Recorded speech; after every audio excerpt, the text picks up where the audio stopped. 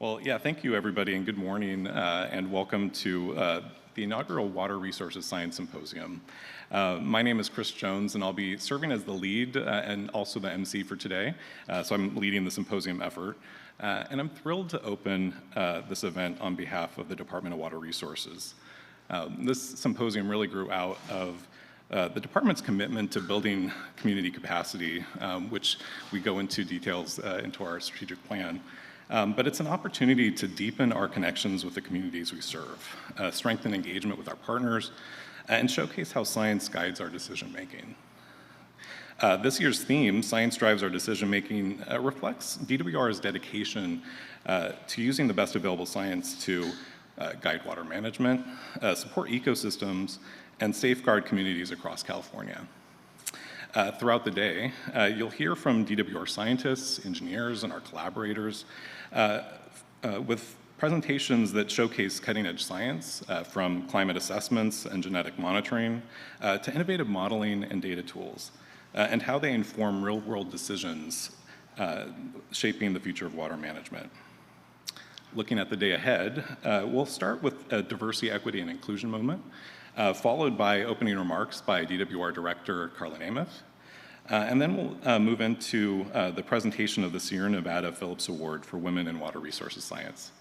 And then we'll move into 3 sessions of presentations, lightning talks, and a panel discussion, and then wrap up the day with a poster session out in the lobby.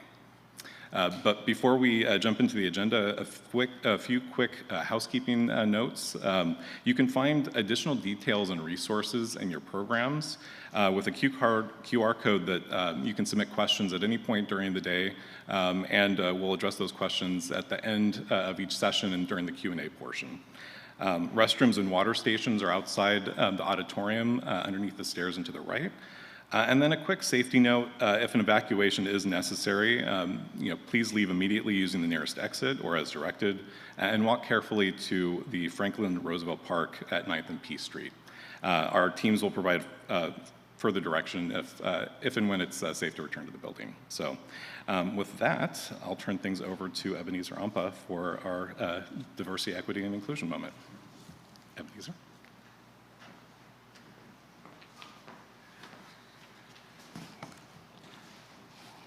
Good morning. Excuse me. Good morning, everyone. My name is Ebenezer Ampa. I am the Racial Equity Officer for DWR.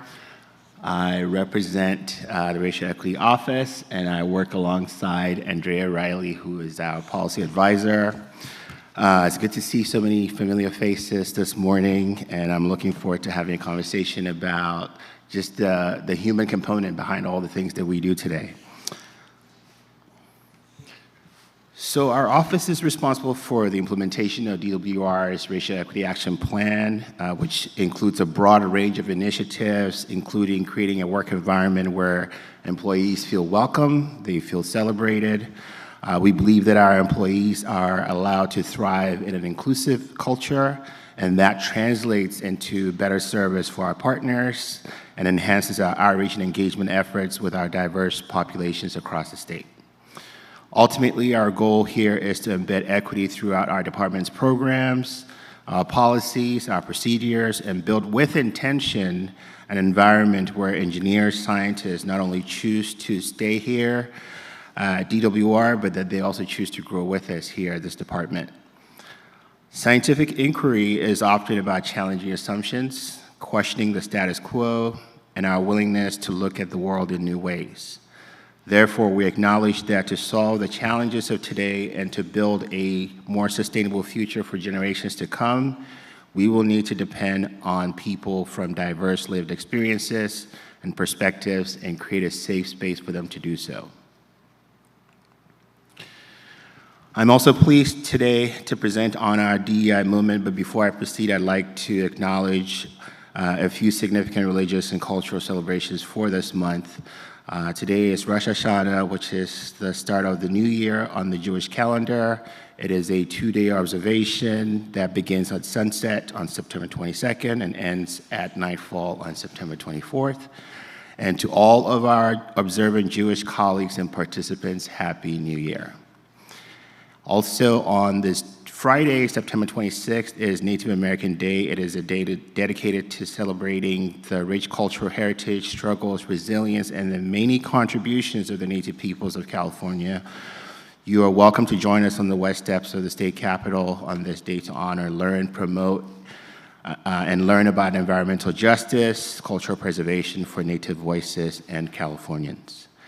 September 15th through October 15th is Latino Heritage Month, which celebrates the rich history of the largest ethnic group in California and the contributions of generations of Latinos who have helped to shape the society, our economy, our culture, and our values, and ever since our state's beginning.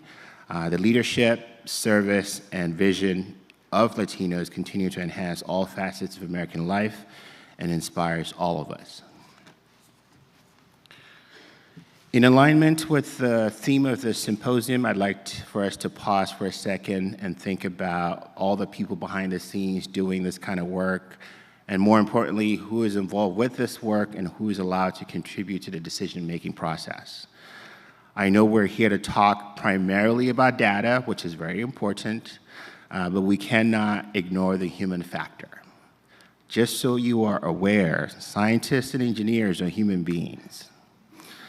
And just because you didn't know, don't be surprised by that. They have feelings too. And as humans, we're wired to feel valued and connected, and as a social species, we have an intrinsic need for connection and belonging.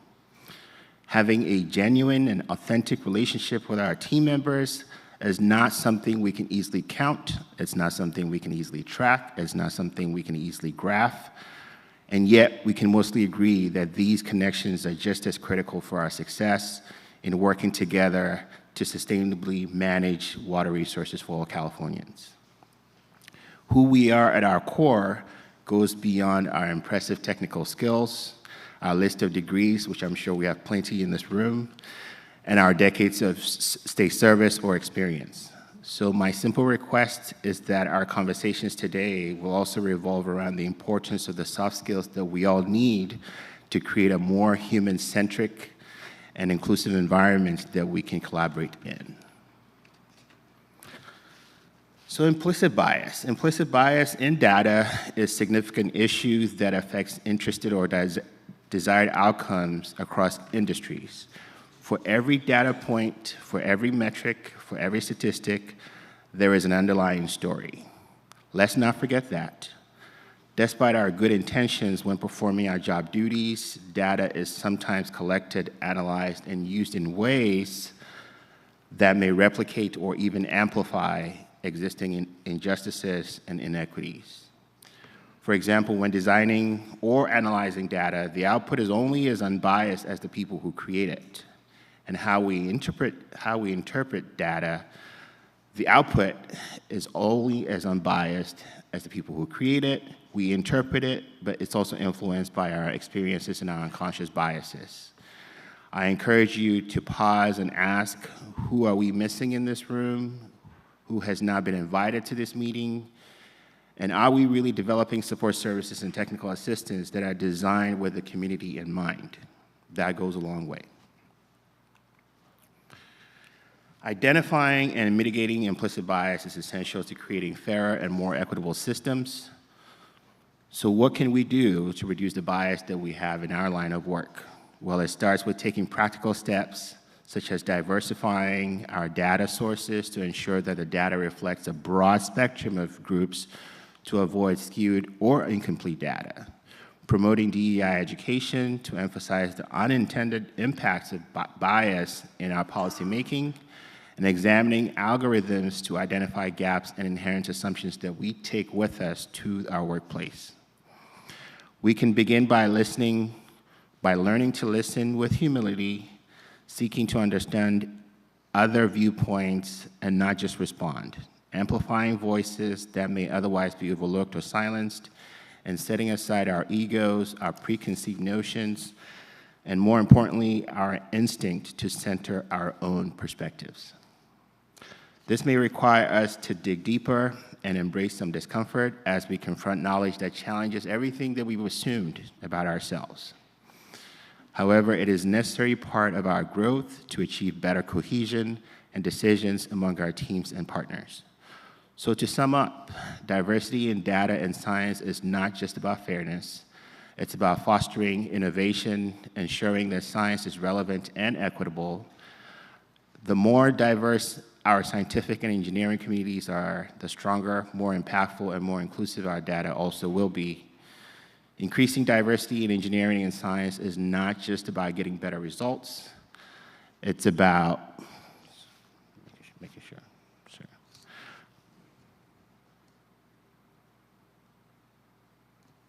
I gotta say it again, sorry. Increasing diversity in engineering and science is not just about getting better results, it's also about creating equal access to opportunities for underrepresented groups. For example, when women and those from marginalized communities see diverse scientists and engineers making significant contributions, they themselves are more likely to envision life or roles, and as a result, inspire a whole new generation of innovators. As we continue to tackle global challenges such as flood, drought, and climate change, we must prioritize diversity in all aspects of our work. Let's commit to breaking down barriers, amplifying underrepresented voices, and ensuring that everyone has an opportunity to contribute to the development of data and the future of science and engineering. Thank you. And with that, I'll turn it over to Director Nemeth for the opening remarks.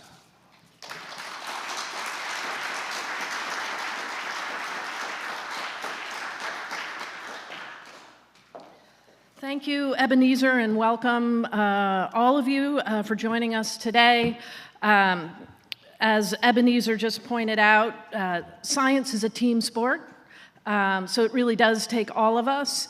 And also, one of the important messages in Ebenezer's comments is how important it is to check ourselves on our data collection. And so many of us work for institutions that have been working in science for a long time, and we have sort of tried and true processes. And at the Department of Water Resources, one of the most terrific things, I think, in my tenure was learning from Dr. Louise Conrad and her desire to bring social sciences more fully into how we approach science at the department.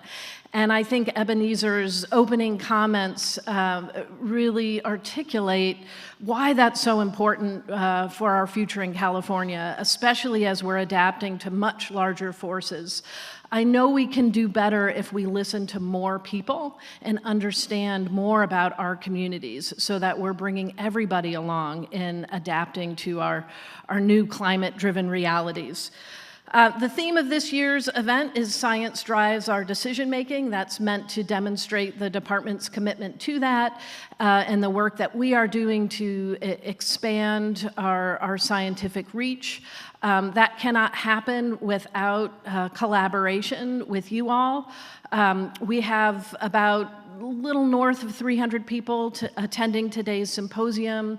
About a third of them are Department of Water Resources folks, and 2/3 of them are outside the department, which is great, because it really is about that partnership and collaboration, and we learn so much from interacting with you all and the science and focus that you're bringing to the table. So thank you for joining us today, spending your day with us.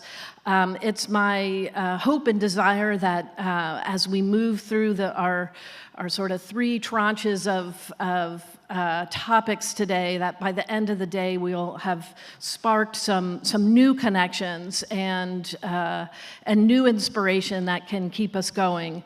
I know Dr. Anderson is going to describe what's teeing up to be another interesting year in California hydrology, which will give us a lot of fodder, new and old, for problem solving this year, and we all need to roll up our sleeves and get that done. So I'm hoping we have a good opportunity to foster those connections today, and thank you again for joining us.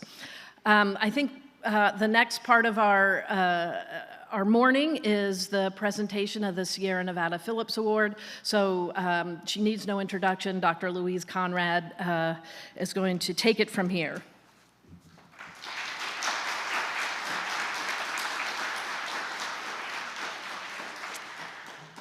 Thank you. Really excited for this part of the agenda. Before we start our science presentations, we have a really special event and presentation that we're going to do, which is the Sierra Nevada Phillips Award for Women in Water Resource Sciences. So this award recognizes a couple qualities that are really important for leadership, no matter who you are. We are recognizing pioneership in water resource sciences. We are recognizing leadership and mentorship for the next generation of scientists and women scientists in particular. And third, excellence in science communication to engage a broad community in the issues in science around water resources. This is so important for our goal of building community capacity for the very challenging issues that face California water.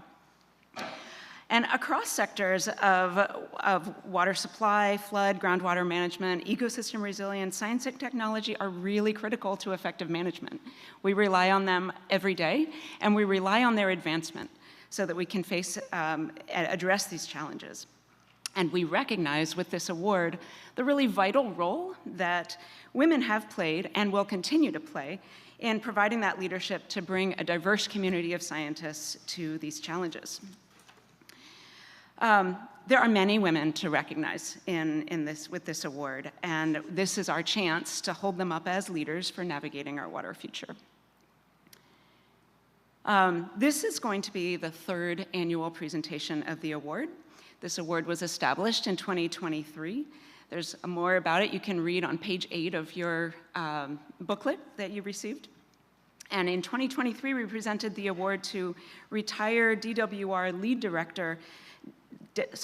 Deputy Director Dale Hoffman-Florkey, who did really tremendous work in her, I think, over 30-year tenure at DWR to increase capacity for science generally, more positions for scientists, and specifically through example for women in the agency. And then last year, the award went to Dr. Jan Thompson, who provided quite a bit of leadership in our understanding of aquatic ecology in the Sacramento-San Joaquin Bay Delta. And she is an emeritus aquatic ecologist for the U.S. Geological Survey.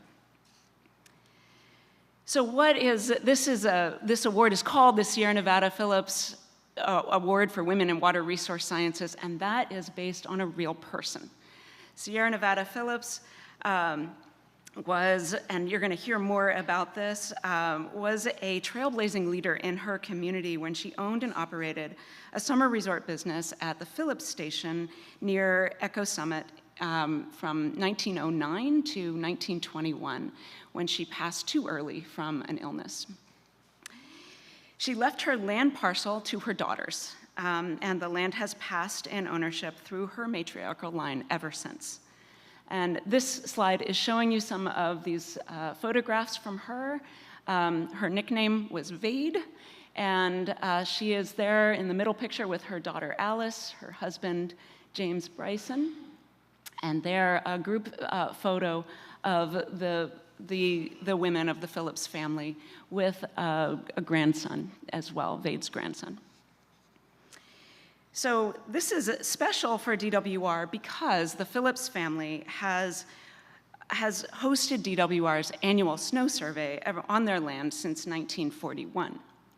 And here you can see the first survey note taken on March 30th, 1941, and still continuing today. That's a picture from just this year of the snow survey continuing.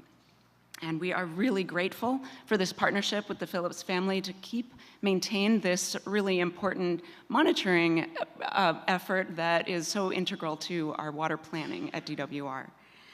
And we are very grateful to have here today with us Abby Pearson Phillips, who is the great-great-granddaughter of Sierra Nevada Phillips. And I really appreciate, Abby, you being here, and I'm going to give the floor to you so that you can provide some remarks on your family and the award for you. And then we'll continue with the presentation.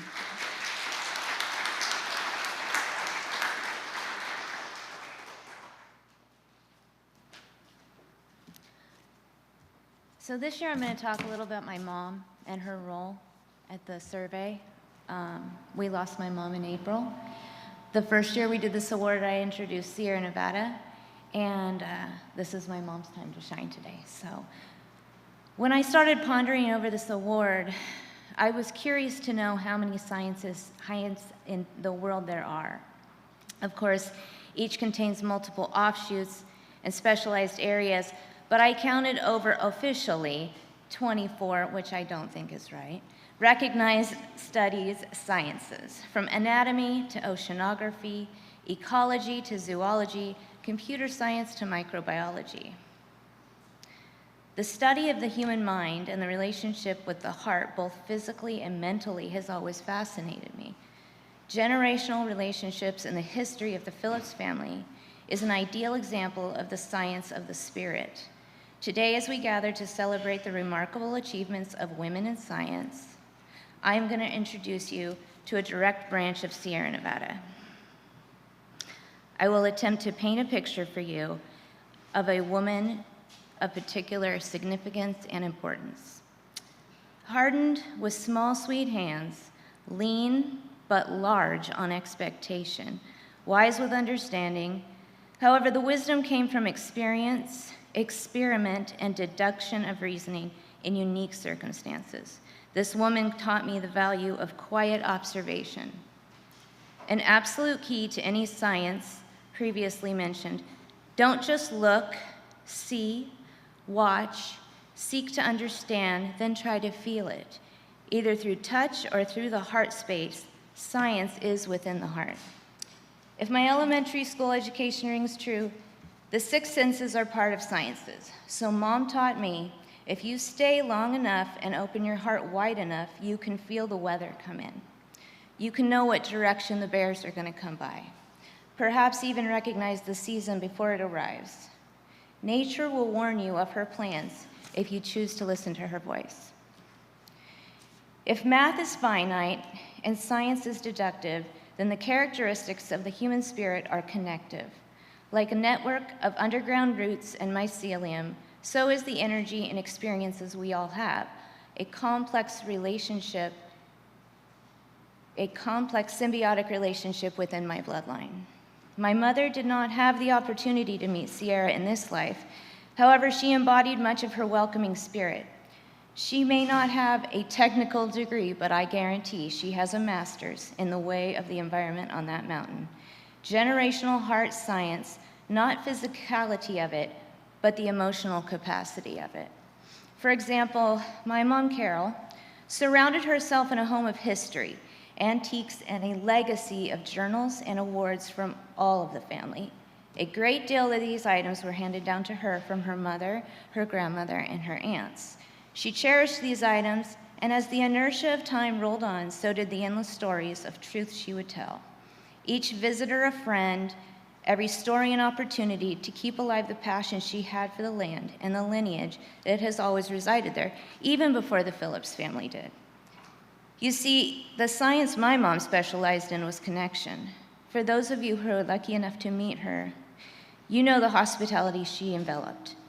Good pride in history and the art to excite and interest those around her. Her contribution was inspiration. Each and every woman in my family, and frankly in the world, has a special light. In some capacity, each connection gives to the world now or 150 years down the road. So I'm so happy to teach you a little about my mom and her contribution to the water survey at Phillips Station. It gives me the opportunity to thank DWR and its leadership for offering this award. By doing so, the shift from water science to all science is celebrated.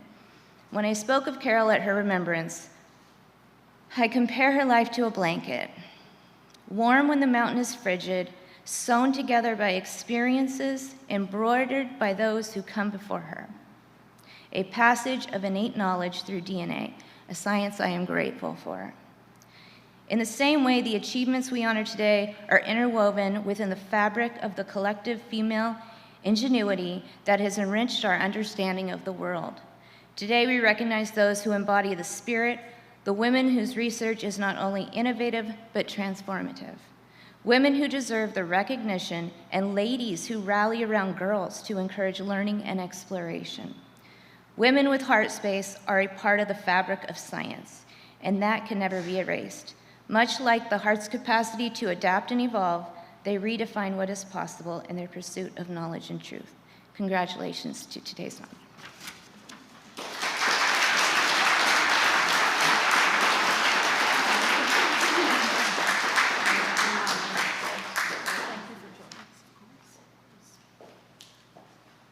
Well, that was beautiful. Thank you, Abby. And thank you also to Louise for introducing the award and the past recipients. It's my joy and honor to present the award to this year's recipient.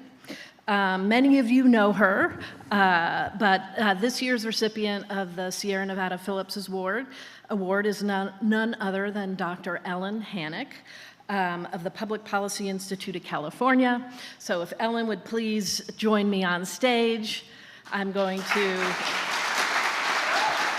say a few words about Ellen.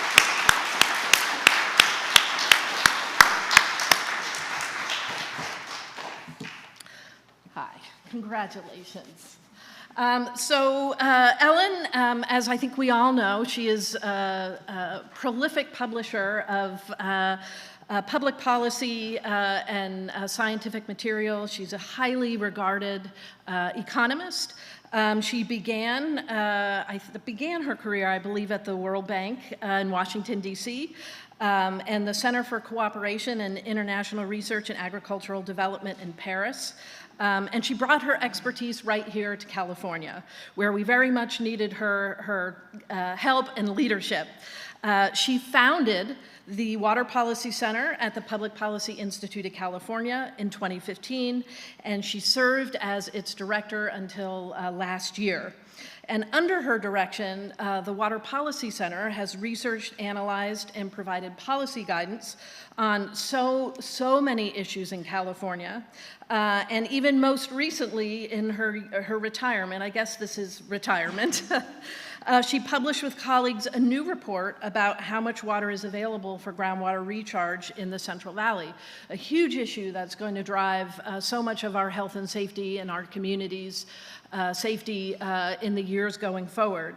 And as a lead author, she brought together scientific experts to explore this question and lay bare some of the challenges that we have in front of us that will only be possible if we all work together. And that's the thing that I have admired most about Dr. Hannock's contributions is there's a lot happening out there. There's a lot of data that can seem chaotic. The Public Policy Institute has been so instrumental in helping us identify trends in California about what's happening in the physical world around us and things we might consider in terms of managing them. And as the director of the Department of Water Resources, I lie awake at nights, believe it or not, thinking about these water challenges and thinking about how we're going to govern ourselves in California in an effective way to meet them. And the partnership that our department has had, and the intellectual partnership with the Water Policy Center, and the Water Policy Center framing issues that can be hard for a department to frame, little bit provocative, getting those issues out there. That was one of Dr. Hannock's terrific qualities, her fearlessness in forcing California to confront these issues. So Dr. Hannock, let me just join the chorus of people who have offered their respect and admiration over the past several months as you've transitioned into retirement, but your legacy will be long. You don't cast a shadow, you really shine a bright light on so many folks who have been coming up behind you and walking in your footsteps. So congratulations, Ellen, so much. Thank you for everything. I think there is an award right here. Yep. So this is what we have presented to Dr. Hannock. Thank you so much, and congratulations. And Dr. Hannock's going to give a few remarks, and then we'll do some photos and move into the program. Thank you. So thank you. Those of you who know me know that I get teary at at any occasion, especially something like this. And I just want to start by saying what an honor this is, and thank the people who were involved in my getting this prestigious award. First of all, Director Nemeth, who, I can't say enough about what a superlative role model for women she is in this field. And then also Louise, Dr. Conrad, and the other secret members of the nominating committee. Some of you I know are here. Thank you so much. It was such a pleasant surprise to get Louise's call about this. I was like, whoa. Abby and the whole family of Sierra Nevada Phillips, whose name I love, by the way. That's like such a cool name. So it's really like beyond the honor of this award, having like an award with such a cool name is like extra cherry on the top. Your family's modeling of the kinds of collaboration between scientific endeavor and community is unparalleled, and thank you for that. Especially in the context of thinking about science, the data is so foundational for that. And then I just want to thank everybody that I've had a chance to work with, including many of you in this room. If I had to sum up in, a nutshell sort of takeaways from my career in California Water, I'd say it comes down to 4 things. The first one is trying to work creatively, and that means trying to answer important questions with the data that are available, and sometimes when the data are not available that you need, pushing for better data, and sometimes that means collecting it yourself, which some of you have been victims of surveys that we've done. Thank you for that. Science surveys. Working collaboratively. I think this fits in really well with the theme of this conference, is being willing to go outside of your comfort zone of your own discipline. The world of water is just so complex that it's enriching all of our work if we go beyond and really try to consider, what's the biology angle, what's the hydrology angle, what's the climate science angle, what's the economics angle, the other social sciences, the law, and so on. That just makes everything richer and better. Even if you have to do your own discipline, just kind of knowing around you what the other perspectives are is helpful. And by the same token, third is engaging with stakeholders.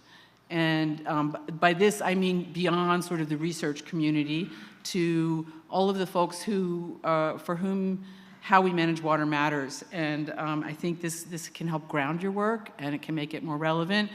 Even if your findings are gonna be at odds with the views of some stakeholders, that's okay. It's important to understand where they're coming from. That can help you think about how you talk about it, even.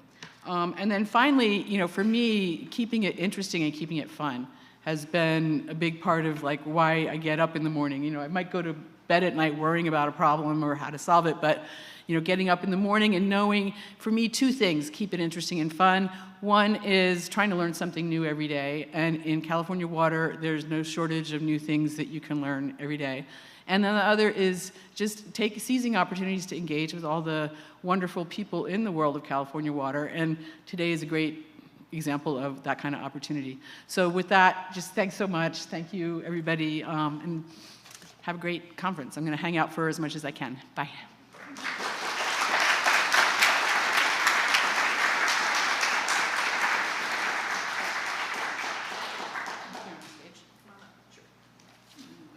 Wherever you think we should be. How do you want us? Over here? Okay.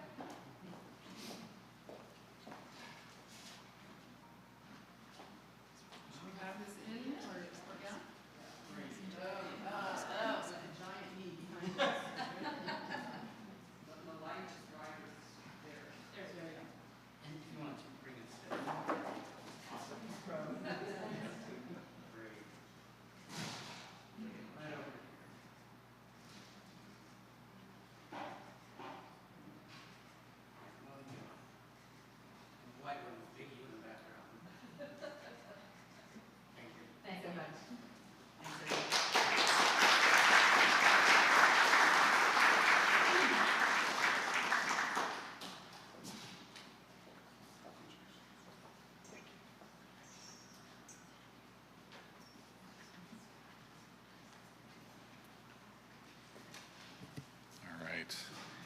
yeah, congratulations again, Ellen, well deserved. Thank you. All right, well, that takes us now to session 1, which is the session for Science Drives Our Decision Making.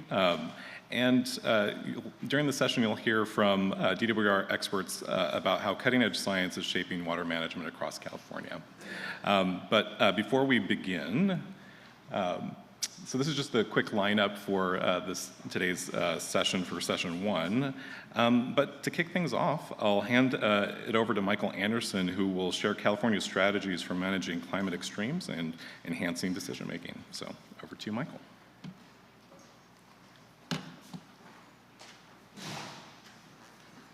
All right, good morning, everybody.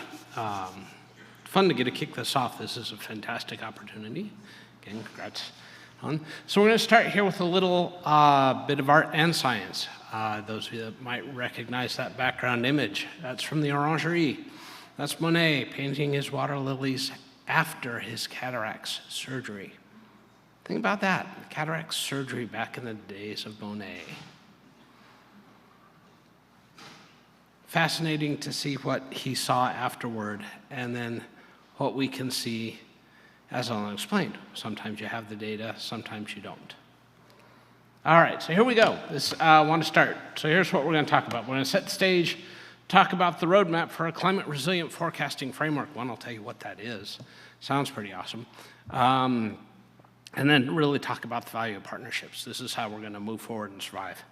But I want to start with one of the old standbys, the 8-station index, a great way to just rule of thumb how wet is the Sacramento Basin. 8 precipitation stations going from the American River watershed to above Shasta Reservoir. That give us on average, 50 inches, great nice round number, let us know. But I want to give you that straight line right around New Year's, a fantastic time, and give you 3 years that are really fantastic against what was at the time the wettest water year in the record, 1983. Massive year, right? So here we go. Right, first off, we're going to go with 2013. We were smoking 83 by Christmas. What happened after New Year's? Absolutely nothing. Now, this is a great year because I introduced the Atmospheric River Observing Network at AGU that year. And it was great because we had 3 atmospheric rivers pounding 25,000 scientists. They may not have appreciated it, but it was a great backdrop. Really appreciate Mother Nature kicking in for that. However, we ended up really dry. 2017 happens. It didn't go dry then. No, in fact, it went wet, and it went really wet for the north. I also had a few challenges thrown in as we went from the most extreme multi-year drought we had seen in history to one of the wettest periods. So increasing extremes. We've already observed it. We lived through it. We learned lessons. Very important. 2022 kicks in again, and it's deja vu all over again, right? More extremes, greater frequency. Here we go. We're really wet to really dry, but we did it drier and warmer in less than a decade. Are you ready? Here we go. All right, so more than a decade of extremes. If you thought the last decade in water management was a little tricky, you're right, it is. In fact, we built our system on everything being in that expected range. When everything falls in there, life is good. We have 3 metrics up there: precipitation, temperature, and snowpack. When it hits in the expected category, all our rules work. If we get into the anomalous section, hey, we have some tricks that kind of get us through. But what happens when you get into the extremes? Well, this is where you usually have to govern by emergency order. Okay, that works once in a while, but if you're doing it year after year after year, aren't you building the expectation that you don't know what you're doing? Can you adapt? We're already a decade into it, gang. So we better figure it out. I did note that in 2013, forecast-informed reservoir operations began at Lake Mendocino. Later this fall, we're going to sign the water control manual. More than a decade of work just to get there. All right, so one, we're extraordinarily lucky in California. We have a defined physical phenomenon that drives our water. Atmospheric rivers, it's an event. The way the atmosphere is organized to deliver water to the state in something we can study, model, and forecast. keys to the kingdom right here, and we also have a defined physical quantity that we can understand how it changes as the world warms. This is great. Now I show you a fantastic picture. This is October 2021. Water year 2021 came within 1/10 of an inch of being the driest single water year in California history in our observed record, going back to 1895. In October of that year, we had one of the largest atmospheric rivers of the 21st century. It's that black line showing you going right through the Golden Gate, an opening in the terrain that allowed all that moisture to come in to the Sacramento Basin and up onto the Modoc Plateau. How fortunate is that? One storm that really was the basis of that water year. Unfortunately, it didn't continue because the drought did. However, you look at the storm, record low pressure off Aberdeen, Washington, record precip and moisture flow through the Golden Gate. This is our world. As we understand these, we understand timing, pace, and scale of these storms, we begin to understand the balance between hazard and benefit and how we navigate. All right, so that brings us here. In water year 2021, we had a really bummer situation, right? We had an April 1 snowpack, 60% of average. What happened to the spring runoff? Yeah, it was only 20%. If you look at the dot on the graph of all the other water years, you're like, what's wrong with that year? It isn't following anything else. Why is that a problem? Well, it's a problem when you have a lot of decisions that are based on that April 1 number that don't manifest, and all of a sudden you're racing to react, and react to changes outside of normal processes. So you take a look at it. We had a legislature who said, hey, I think we need to see what went wrong. So we got audited. We worked through it. But this is a good opportunity, even a difficult time. Gave us a chance to focus our intentions, figure out where we're going and what we want to do. So we came up with a plan. We're going to move from index-based forecasting to spatially explicit information. We have to understand how water moves on the landscape, across the landscape, not from a single point, but really how the whole landscape works. We want to leverage science-based advancements. We need our science contributing to this to understand how the landscape is changing, how the watersheds are behaving, and how water moves through the landscape so that we can navigate benefit and hazard. And the third part that's really awesome is it's not behind the curtain, gang, it's all out front. If you go to snow.water.ca.gov, you can follow along as we make these advancements, with one caveat: as resources are available. All right, so how do we build a framework for resilience? I want you to focus on how we do this because we do it in an organized fashion. We start with a federal foundation. Now, we have different perspectives of how big that federal foundation should be. But within that, the state gets to customize. What do we need to do that works for us at the state that allows us to enable implementation at the local level? That's one of the best things about California. Water's managed locally. But how we build this partnership and alignment, federal, state, local, is absolutely critical to being able to get things done and get the right information at the right time to make, hopefully, the right decision. So what are we doing within the plan? Well, we want to build an integrated observing system. Boy, we observe a lot of things. But how does that data come together to help us understand what the landscape is? Turns out for all the things we monitor, we still have a lot of gaps. How do you fill the gaps with other information? A seamless forecasting environment, going from what's happening now on an hourly basis, sometimes called nowcasting. And think of a radar image and how it moves and how it describes how a storm is moving across the landscape so you understand where the immediate hazard is. Out to a forecast that tells you what's happening in the next week, out to understanding what's happening over the season, water year, and we have to pay attention to what's happening in the next decade because this last decade was significantly different than the one it replaced in the climate normals. And that is going to continue each and every time from here on forward. So what information enables resource positioning for the most successful outcomes across the landscape? We live in a managed system. What can we do to be successful? What do we need? All right, so water year timeline, why don't you think about it? On the bottom there, this is how we think things work. These are our expectations, right?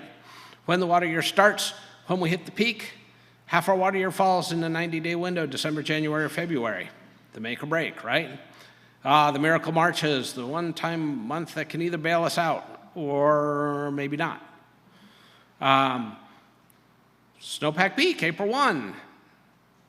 Okay, Mother Nature's not really bound to that, but there are a whole lot of laws that are. That's interesting. We get to peak melt. When does that happen? Right? How much of that can we keep and put to use? How much becomes a flood hazard you have to navigate? Then we get into peak demand. You also notice there in March I hit irrigation. Yeah, sometimes it's dry and warm enough in March we have to irrigate before we even hit the peak.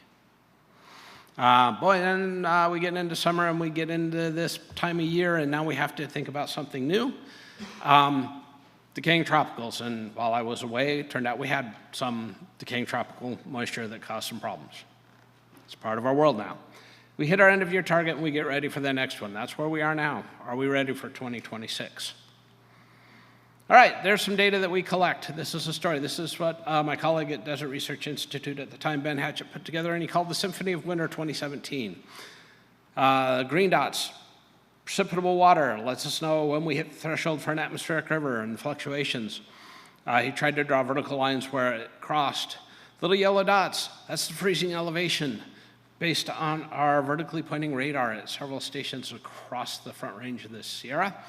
And look how wildly it fluctuates on the hours, going from 10,000 feet down to 2,000 feet. Boy, runoff response changes when that happens. How do we, what's happening now? What's the aggregate? What's the mean snow line for the winter? Interesting story. That gray line, the snowpack. The black line, the stream flow, and you see January and February in there, or other adventurous time. But I also put in a blue box, 2023. That's the window of time where we had winter in 3 weeks in 2023. 9 atmospheric rivers that delivered quite an adventure. How do we put this information? What information is available? What's useful? How is it presented? All right. Going to move on quickly, but temperature, knowing that this is one of the warmest years, but look in May where we had an extreme cold event. How do you have crop damage from cold in one of the warmest years on record? Only if you have the data to explain the story. One of our partnerships with USGS and Earth Knowledge with the Basin Characterization Model, 2 years, same snowpack. I know I'm looking at the Russian River, but 77 in 2014. 2014 is warmer, the landscape's drier, it's a different world. So sometimes the numbers are the same, but the outcome is actually different. How we understand that is going to be key. This is one of the great tools of partnerships that's going to get us there. All right, here it is. This really is the essence of my talk. We need to raise managed water capability each and every storm. The more we manage to benefit, the less we're managing for hazard. 3 keys to make it happen. Communication, collaboration, coordination. If you remember nothing else from my talk today, and you've already heard these 3 words by the time I'm up here, this is fantastic. Those 3 things, you do those 3 things, good things happen. All right, finishing up. We're already starting the consequences of a warming world. It's not a future thing just to plan to. You're in it, it's your world, let's make it happen. Challenges are only going to amplify, but the right tools, right actions, communicated the right time, the right way, will enable us to thrive. Don't fear it, embrace it. We can do this. And partnerships will enhance our opportunity for success. Thank you.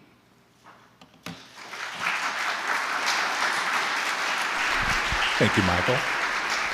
And we'll save questions for the end of the session. So, yeah, great talk and great opening to the session. Thank you, Michael. All right, next up, we'll hear from Jim Weeking, who will share some insights from the San Joaquin Flood-Mar watershed studies. So, over to you, Jim.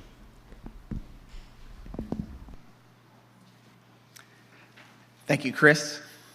Good morning. Glad to be here. What role do science and innovation play in a water resources planning study? Well, the San Joaquin Flood Managed Aquifer Recharge Watershed Studies team has found that, quite simply, it enables you to consider and understand those kinds of solutions. So science-based and innovative solutions. We have been studying water resources in 5 watersheds of the San Joaquin, tributary to the San Joaquin River. Calaveras, from the top down to the bottom, Calaveras, Stanislaus, Tuolumne, Merced, and the upper San Joaquin. And our study is based on a foundation of analytics, really. And what we really wanted to do in terms of purpose is we really wanted to be able to assess and quantify vulnerability to climate change first, and then similarly, we wanted to be able to assess and quantify adaptation performance. And this is essential. We want folks to have water managers to have a better understanding. What does vulnerability in my particular area of water management look like? Give me numbers. So that was a big part of our ambition. We wanted to be able to speak in informed and relevant ways to different water management sectors. So we wanted to be able to speak to flood risk. We wanted to be able to speak to water supply, both surface and groundwater. And we also wanted to be able to speak to ecosystems. And then all that was to provide a foundation for potentially, you've already heard it said many times this morning, partnerships are the key. And so we want this to be able to provide a foundation for first partnerships and then ultimately for potential implementation. All right. So now we're going to spend some focused time on some of the science and innovation that is in the watershed studies. And this is our integrated modeling tool set. Some have described it as atmosphere to aquifer. And so what you'll see up there, if you take a look, is a climate model that allows us to consider perturbed climates, a system operations model, rainfall runoff models, a root zone model. But I want to spend some focused attention on these 3, the reservoir operations model, the recharge model, and the groundwater model. So this is the way this is kind of where a lot of the interesting stuff happens in our watershed studies. So the groundwater recharge assessment tool was developed by Sustainable Conservation, and they worked on our team with us, and its heart is really 2 things. It's a crop compatibility calendar and a recharge suitability index. The calendar ensures that crops are not damaged by saturating the soil. And then the recharge suitability index is kind of ranking the agricultural fields on a field-by-field basis based on their soil, surface soil conditions, and then characteristics of the aquifer below. In addition, it has conveyance and turnouts in the model. And then it also uses things like precipitation to, again, make sure that we're not oversaturating the soil. So how do we do this? We run a unlimited amount of water through the GRAT tool first, and we develop what is a daily recharge capacity. How much water could all these fields take if the water was available? Then we run the reservoir operations model, and those models simulate the operation of the reservoir, all the operational elements, including water supply, flood, and any in-stream requirements. That helps us determine what our managed aquifer recharge diversions can be. We run that through the GRAT tool on a daily basis, and then that gives us a a monthly recharge by field. So every field in an agricultural service area then can place water on the ground surface, and then it transports to the groundwater model, which ultimately can help inform us of what would be the fate of the recharge.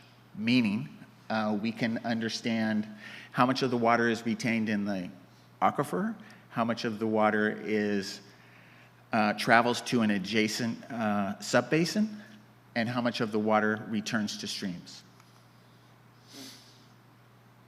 All right, a second science and innovation. Climate change vulnerability and risk-based performance. So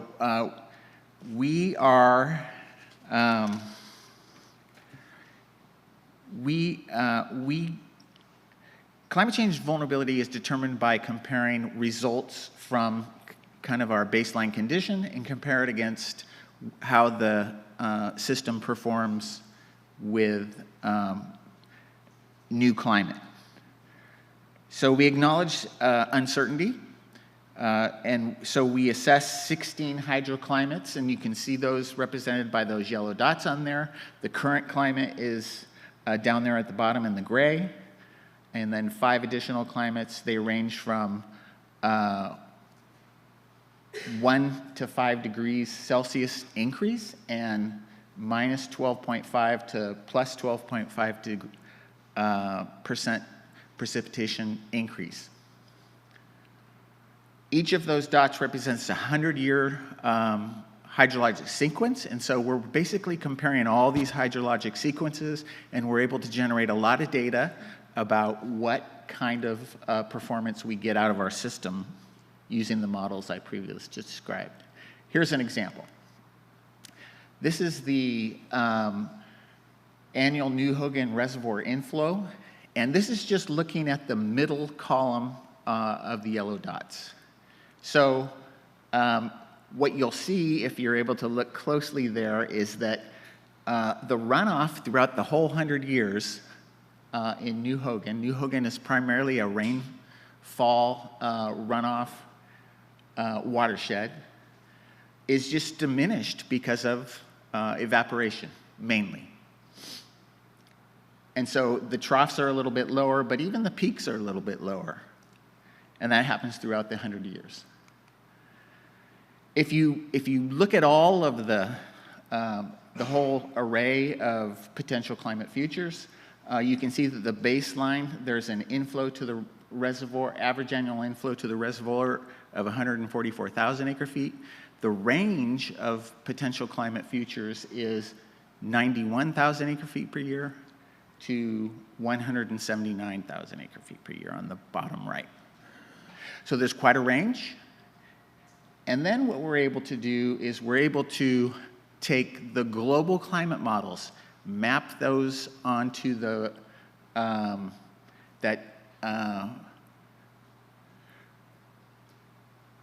temperature precip surface, and associate it with the likelihood of those happening in California at certain time horizons. And then you can get a cumulative distribution function like this one for a particular metric. This one happens to be maximum flow in the Merced River below the reservoir. So you can look on there and you can see the baseline current, the current system actually manages the flood flows pretty well.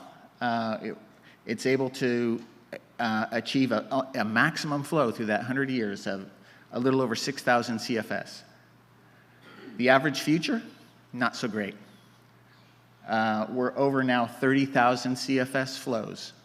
And that's primarily from snow, what was snow-dominated to becoming a more rain-dominated system.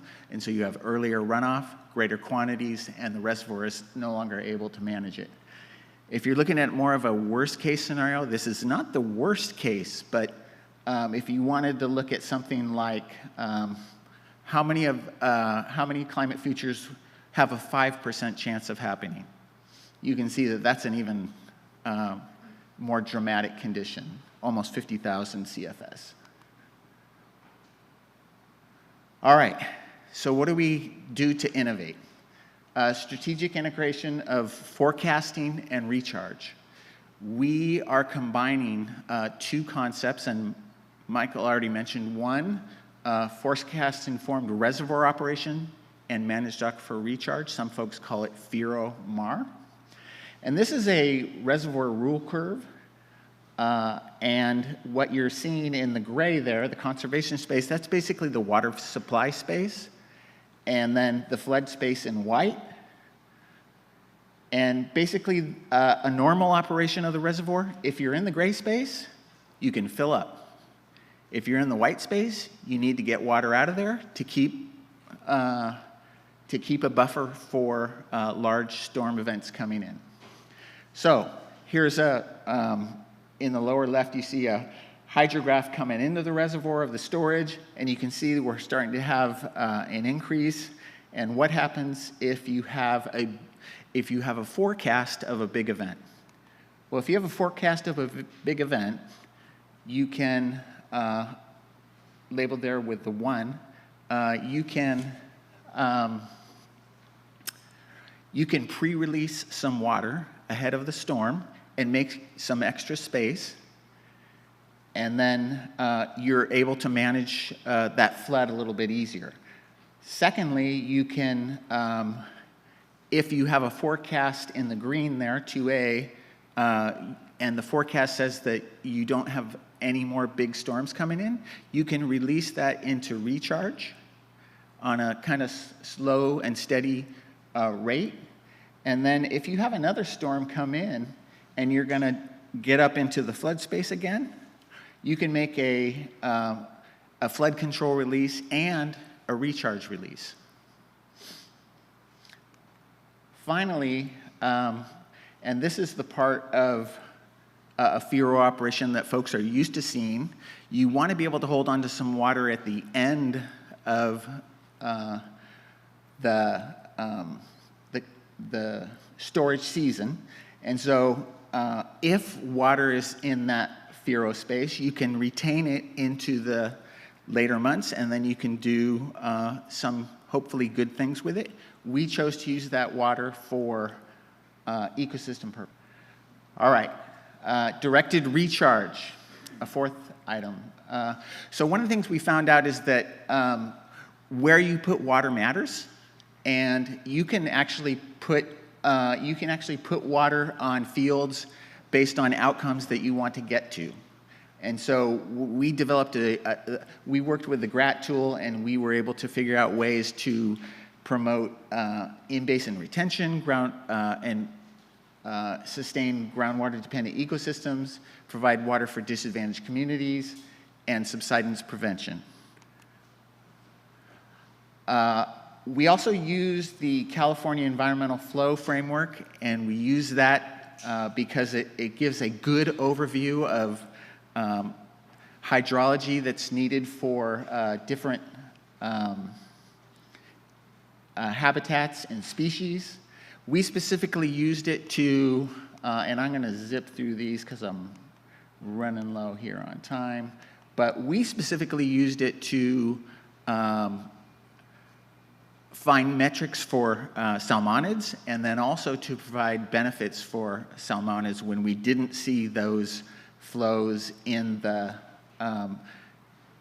flow regime hydrograph that we were normally seeing. Finally, we were able to diversify benefits by providing managed shorebird habitat. This is done by not maximizing recharge. This is putting water on lands that don't drain rapidly, and we were able to get up to about a footprint of about 2,300 acres of shorebird habitat.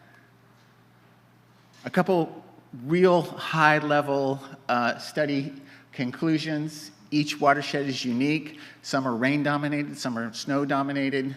Some have big flood pools, little flood pools, very unique. Each water management sector is vulnerable. And then this FIRO-MAR concept we found provides 4 times the recharge amount, and at the same time it's able to reduce peak flows up to 50% and diversifies benefits. And there's what we're looking forward to. November 2025, we'll release our reports and a basin-wide summary, and that's my contact information. Thank you.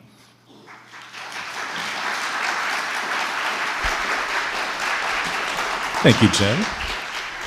Just being mindful of time, we'll move to the next speaker. Up next is Darren Bunfontein, who will walk us through the Tulare Basin response in 2023. Over to you, Darren. Thanks.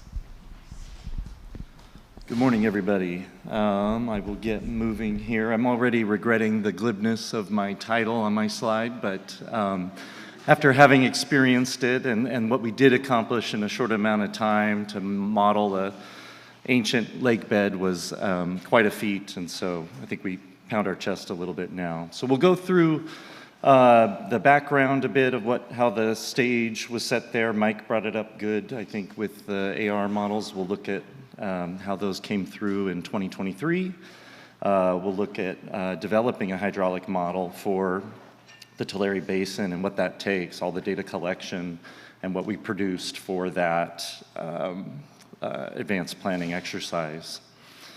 So looking at the storm situation in 2023, we had 9 atmospheric rivers in 3 weeks in the January of 2023. 1 exceptional hitting our north border, but 4 strong and 4 moderate, causing flooding throughout the state. Along with, if we compare that to only having 3 strong ARs in the water years 2020 and 2021 combined, it's quite a comparison of the extremes that we deal with. Sorry, guys. There. And then 6 atmospheric rivers in the March of 2023, which really set the stage for the snowmelt problem in our southern Sierras. We look at all the arrows pointing to the center of the state and pointing to our Central Valley, and it brings us to the Tulare Basin. All that snow piling up into the watersheds above the Tulare Lake area caused a lot of concern, and it caused the state to implement an advanced planning unit specifically for that task. So the Tulare Lake historically is the largest freshwater lake in the western U.S. by surface area, but it was depleted by diversion of water, source waters, groundwater pumping, and irrigation. All of the water in this region is used for irrigation primarily, and the lake bed itself has suffered major subsidence in the recent decade, which has rendered all other previous flood information about the region obsolete. There was no good depiction of the flood extents, nor an understanding of how deep these floodwaters could be. So a quick look at the contributing watersheds or the contributing facilities. We have the Kings River, the Tule River, the Kaweah, and the Kern to the south, which ended up not contributing to the lake bed. But these were all the watersheds that were being counted for this historic snowpack. So the framework for resilient forecasting, all those tools were in play that Mike talked about, were in play for 2023, and were informing us that we had the record snowpack for this region, all the watersheds contributing to the Tulare Lake, beating out the 1969 record. 1969 and 1983 were also years that the lake reemerged. So looking at what that means, snowpack does not always equate to runoff. And so we see that in the climatology and the slides that Mike showed earlier, is you could have a similar precipitation year with a much different soil and runoff potential. So looking here, walking through this quick graph, the contributing watersheds on the left column, Kings River, Kaweah River, Tule River, and Kern. And everything has different names, the dams, the reservoirs, and the rivers, which makes coordinating very complicated when you're working quickly in an emergency. But the 4 major rivers, on average, shown in the first column, what that snowmelt runoff looks like, and we can kind of scoot over to 2023 here and see 260% of average, 300% of average, over 400% of average for the snowpack that we were dealing with. Definite cause for concern in this area and the communities that are downstream. So what we had to do was develop a hydraulic model. And when they asked me if we could do it, I said we shouldn't do it. It's going to be incredibly complicated and a huge area. Hydraulic modeling takes years, or months in planning and developing the problem. This was a huge feat to do in a short amount of time to beat the snowmelt season, essentially. So that's the goal we had. We had to know about we had to forecast our in-channel flows and determine any out-of-bank flooding for the communities upstream, but also help our decision makers develop a tool, support tools that could communicate this problem easily to the media and to the stakeholders in the area. So, but the whole point was to prepare for the snowmelt that was ahead. So the Tulare Lake bed from an airplane here just looks like your average farmland, and that's exactly how it's managed. The water, it's all agricultural area, but it's depressed in elevation and has the potential to flood when the runoff exceeds the diversion capacity of the agricultural operations upstream and within the basin. So this reclaimed lake bed went from a productive agricultural area to a re-emerging lake.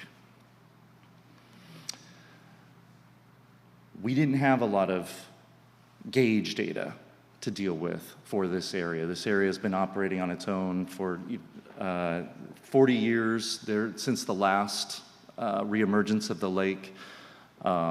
Gauges go into disrepair when they're dry year after year and become less of a priority. Every one of these gauges we held on to as much as we could with the data, but a lot of it was erroneous. A lot of it didn't exceed the elevations that were going to be flowing down these channels, so it made there's a note here about the Army Weir. That was the one I thought I had that was reliable. Turns out halfway through the rating curve on that one was busted, so we had to pivot and find other sources of data. And a lot of that comes to the communication. That was all human-driven understanding of all the releases that come through there. The San Joaquin LiDAR data. This is the primary source of science and basis for everything that happened in the 2023 throughout the Central Valley. That event, you can't do what we did without a modern current LiDAR set. This is pound per pound the best value you get, for science investment. So I just really want to plug. And then the idea to extend it south into the Tulare Lake. I mean, this was developed in 2020. So somebody was looking ahead and said, hey, that's probably a problem. Let's extend that boundary. Let's get more data. Absolutely essential. Data needs. What didn't we need? We needed everything. We didn't have flow data. We didn't have, we only just had fresh off the press elevation data. Everything had to be created and developed for this purpose. Water elevation and flow for calibration of this model that we were developing, but also the channel geometry and bathymetry to understand how deep these channels go. So here it is. Here's a snapshot of the model itself. It covers 635,000 acres. It's the biggest model I've done. and I think is rivaling some of the largest for the West Coast, these hydraulic models. The area is vast and extremely detailed. Every line in there is a high ground levee or berm or canal, and all of that had to be developed in order to understand how the flow was moving through the lake bed. I'll show you that in animation in a minute. So real quick on that process, taking the forecasts from our forecasters, the snowpack, runoff, and the reservoir operations were key. We had to develop models for the rivers leading to the basins here. There was communities upstream that we had provided intelligence for flooding issues earlier in the year in January. So we were able to repurpose those models to convey the flows to the model lake bed model. Then we had two products for the lake bed, a volumetric and physical, the physical being the HEC RAS model I just showed you. Volumetric was our quick and dirty analysis for volumetric check on what that water surface could be, and then the inundation maps, which were essential.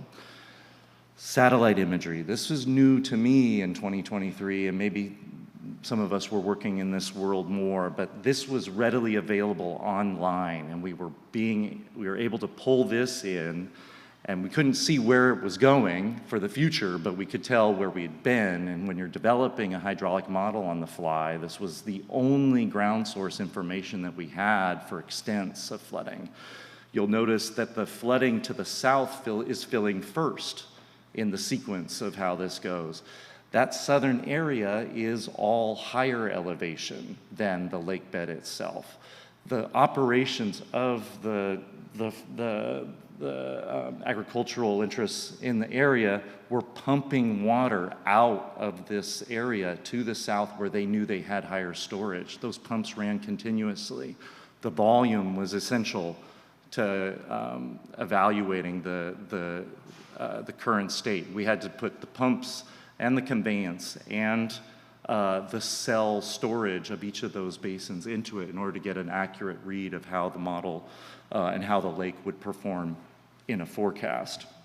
We did get some gauge data in for the lake eventually, and you can see by the time series there that it was actually on the receding. We had just hit the peak by the time we finally got data through that mechanism. So moving too fast to fully do all that was necessary here. Data collection efforts, the local regional office and the incident command teams were huge in handling all of this. Okay, so this is an animation, so I'll step through it quick. So in August 20th, it says the advanced planning unit was assembled. We did not have a lot of time to develop this model and get to a product of information. So all the data collection here is happening while we're building the model. We're getting preliminary inundation map results out in April, and we're still collecting data. We're doing our best to try and make the best decisions as engineers and scientists as possible, and then refining it the entire way through. A lot of process went into this and communication tools here to ensure that we were providing quick information, but also sound information. So several iterations through QA, QC, and the tools that we had to develop for delivering a sound product to the locals. And then finally, we get to the inundation maps, and this was really to illustrate the extents, the connection with the populated areas. In the area just north of that blue inundation is the town of Corcoran, and that elevation that we forecasted ultimately was directly impacting how they were going to do their emergency operations if they needed to evacuate, if it was going to get high enough. And so we had to make sure that we understood all the uncertainty in our model. So that product was a long time coming in the process, and we were all very proud to get that out with some assurance of the values in that product.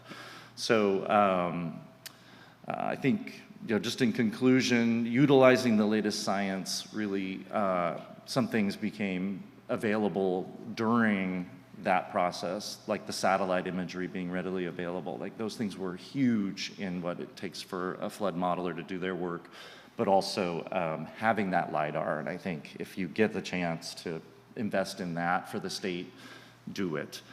And then just to show you, I'm one person in a large group of people that were assembled to do this work. And so we did appreciate all their work. So thank you.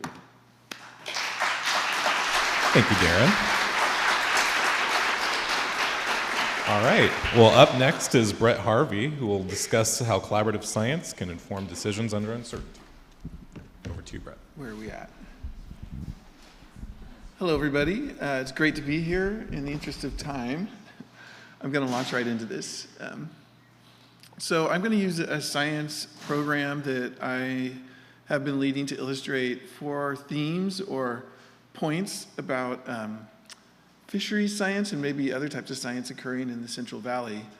That program, or the charge of that program, is to develop a modeling framework that will give us a juvenile production estimate for spring run Chinook salmon that are produced in the Central Valley each year.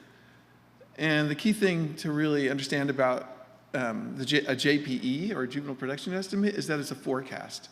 It's a forecast of how many juveniles we think or expect to enter the Delta before they actually enter the Delta. And it's kind of a big challenge, and to kind of illustrate why it's a big challenge, I don't know, some people in the room are probably familiar with the winter run JPE. Essentially, most winter run are produced in the upper river, and because of that, we can count them all passing the Red Bluff Diversion Dam pretty much before any of them start to enter the Delta. And then we just apply, it's not quite this easy, but then we apply a survival forecast, and we say, okay, we think this is how many are going to enter the Delta, and we use that to set take limits that help regulate our water operations. But for spring run, they're produced all across the valley in tributaries. And in particular, the 2 largest producing tributaries are really close to the Delta. So by the time those spring run have left those tributaries, a good number of them already entered the Delta. So that brings us to our first theme of the day, and that's that it takes a valley, and in this case, the Sacramento Valley, to do this kind of science. So to get this thing off the ground, we set up 4 elements to our program. We had the monitoring, which I've just talked about, occurring across the valley. We have a pretty sophisticated run identification program that is largely run out of our DWR genetics lab. We have a data management system that sort of ties all this stuff together and feeds it to the modelers, a model development program for the integrated modeling, and then to help guide the whole process, we have had a structured decision-making team. And just sort of a shout out, just to give you an idea of all the different people that are involved. These are just program names. There's probably like 100 people that are involved with this. And now our second theme, which is variability, uncertainty, and dare I say diversity, just are. They're fundamental characteristics of our existence. And this is not only talking about the natural systems that we're trying to characterize and these forecasts we're trying to make, but it's also the people and the agencies that are involved. They come into this thing with different perceptions, different opinions, different, their agency needs. And to cope with all this stuff, we realized we needed a transparent and documentable decision process to really move through this. And we use structured decision making, which is being applied in science programs across the valley these days. And I just kind of boomed through this really fast, but these are the main and sort of recognized steps of structured decision making, which I don't really want to talk too much about or expect people to memorize. But one of the key things to take about this is that not every single decision process or structured decision-making process hits every single one of these steps or uses every single tool or any particular set of tools. Every decision process and every decision problem is unique. And that's illustrated by this figure from Keeney, where he said, like, out of 10,000 decisions that need to be made, very few of them actually make it all the way through those steps. And in particular, like our program or our process for modeling really stopped at the alternative development stage, which is, you probably can't read it, but it's that little box up at the top. So one of the reasons why we didn't, go through a full-blown structured decision-making process was our decision, the nature of our decision problem. And this is a heavily redacted, but it's for the purpose of focus, not censorship. But essentially, we were tasked with developing a spring run modeling framework that supports the potential development of a life cycle model and a minimization measure, but we wouldn't know what form that life cycle model or minimization measure would take. So what this essentially means is we weren't really able to optimize our modeling or monitoring around a particular use case. Instead, we were charged with building a modeling framework that maximized flexibility or the ability to be flexible and creative in its applications. So the structured decision-making team gave the modelers some sort of goals to achieve. And not only were they tasked with developing a forecast for the total number of spring run juveniles that would enter the delta each year, but we said, can you also tell us how many of those juveniles or what fraction are coming from each of the different tributaries that are producing spring run? And on top of that, can you tell us a little bit more about the division of life histories amongst those? And by life histories, we're mostly talking about the timing of migration for when those spring run are coming out. And related to that, we are also tasked with trying to characterize or forecast the cumulative timing distribution of those spring run as they would enter the delta. So when is that going to happen each year? And so this is just kind of an example of how we sort of characterize some of that variability and uncertainty. These are 3 survival rate curves, and they're for 3 salmon coming from 3 different locations in the valley. So we created different survival curves for each of these and characterized the uncertainty around those. But then we also wanted to characterize the survival rates and how they differed across different hydrological year types. And so for each of those tributaries, we did that for wet year, dry year, and everything in between. But through this process, what we really came to realize is that one of the key trade-offs that was going on in the shape or the structure that the model would take is when that JPE would be needed by a management or for a management decision in any given migration season, which we don't know because we don't have a minimization measure yet. And for an example, if that management wanted that JPE in December, the only fisheries information that would be available that season would be the number of adults that we estimate to have come in to spawn. And so in that case, you might apply, say, a stock recruitment model. But then if management could handle a JPE that happens somewhat later in the year, you have information on the start of the juveniles that are coming out. And you can use that to estimate how many more you think might come out. And we call that the in-season out migrant. So what we ended up doing is taking all these alternatives we developed and combining them into one big modeling framework. And that modeling framework, a flexible modeling framework that would allow us to produce a forecast for whatever JPE date we end up needing. And then we characterized how the uncertainty around that JPE would change with the forecast date, which might inform a minimization measure that maybe we can get it to push that later in the year. We also played with the idea of JPE scenarios, where maybe you come up with 2 JPEs or 3 JPEs at the beginning of the season, and then as the season progressed and you got more and more data and you learned more about what kind of hydrological year type we're in, that could narrow down and you would end up with a final JPE for the season. I think I'm going to race through this. Sorry, data management people. So maybe I'll go back to that sometime. So here's the third theme, and it's really this idea that knowledge and conditions change. They're changing with time right now, and that requires some flexibility. And so along with the model structure that we developed, we have a recommended process for updating that model and updating the databases that feed that model. And really, ideally, this will end up eventually settling into an adaptive management framework.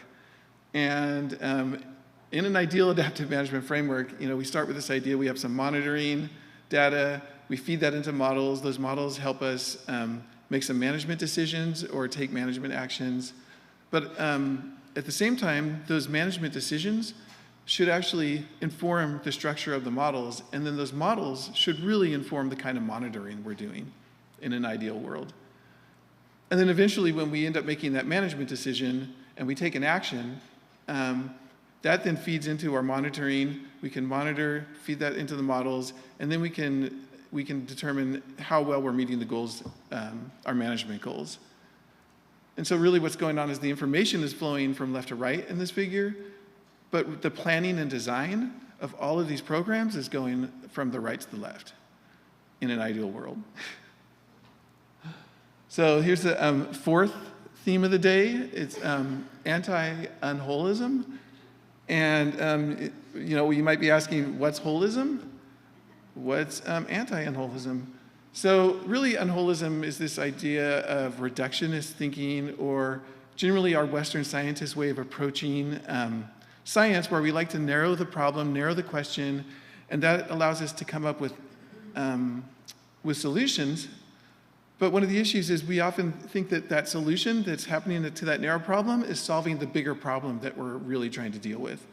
But ultimately, those small solutions can end up making the problems at the larger scales or larger in the larger system worse. And those are referred to as fixes that fail. And then in contrast, holism, and I'm just going to read this off. Holism is this idea that the whole is greater than the sum of the parts. Parts of the whole are an intimate interconnection and cannot exist independently of the whole and cannot be understood without reference to the whole. So what does this mean in terms of salmon management? It means that any action that we take needs to be considered across the entire landscape of the salmon life cycle. And that includes the oceanscape as well. And so I'm going to end my talk today with just sort of a little thought piece and a couple of examples. This first one is about how we have been managing the system for the last couple decades. And really, we've been optimizing our fisheries and associated water management and hatchery management around optimizing for a smolt migrant life history, just this one life history. And for those who don't know what a smolt migrant is, smolt migrants are salmon that spend most of their freshwater part of their life stage rearing in their natal tributary or in the river, and they don't migrate out through the delta into the ocean until they're pretty much ready to enter the ocean as smolts. But what ends up happening is the way we manage the system is all of these smolts tend to come down through a very narrow window of time, very late in the migration season.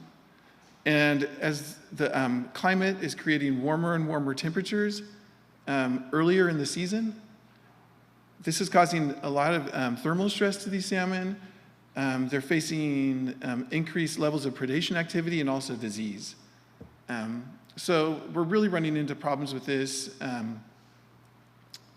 And now I have sort of a what if, and this is where I'm going to kind of be going out on a rope here a little bit. But what if we actually manage the system for a diverse portfolio of migration timing and rearing locations? And so essentially this means maybe we have some kind of a winter pulse flow that distributes salmon early, fry, par, small salmon, throughout the system early in the season before those temperatures really start to crank up. And maybe we take advantage of some of that tidal habitat restoration we've been doing by getting salmon down into it. But with this diverse portfolio, just like with our retirement plans, it sort of hedges against these variable and uncertain conditions that we're facing, particularly in the future. The one problem with this whole construct is that most smolt migrants, most fry, die before they become smolt migrants. They die up in the rivers. It's just a natural thing. We produce a ton of salmon, and a lot of them die. But if we pump a lot of those salmon down, this is the last slide, by the way. As we pump all those salmon down into the system, we're going to probably see a lot more take. And this might require thinking about take in a different way. Like, what if maybe we started thinking about take in a smolt equivalency to deal with this? Or what if we even thought about take and adult equivalencies? And that would allow us to really start to look at the impacts, the various impacts to salmon across their entire life cycle. And again, that is not like a DWR sanctioned policy or idea. This is just me thinking. And that's it. Thanks. Thank you, Brett. Thank you. All right. Well, that takes us to the last talk of the session. So up next is Brittany Davis, who will take us through the science behind the North Delta Flow Action. Over to you, Britt. Okay. Hello, everyone. Let me get oriented here. I'm Brittany Davis. I want to acknowledge my co-author here, Eric Holmes, and the lead of the North Delta Flow Action the last couple years. Science, management actions, decisions, they all are rooted in problem solving. The problem child here is Delta smelt. We love our problem children, but they are still problematic. So Delta smelt is an endemic endangered species in the estuary. It's an annual species, so typically lives 1 year and then dies. Their populations have been at historic lows. They're rarely detected.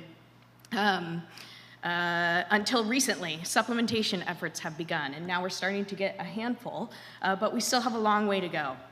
Because they're annual species, summer-fall period tends to be really challenging for them. You have reduced habitat, reduced food availability, survival is challenging. Because of this problem for the species, there's been an urgent call for science intervention and experimental management actions, including increasing tidal habitat, improving water quality conditions that they might require, and trying to subsidize food during this summer-fall period.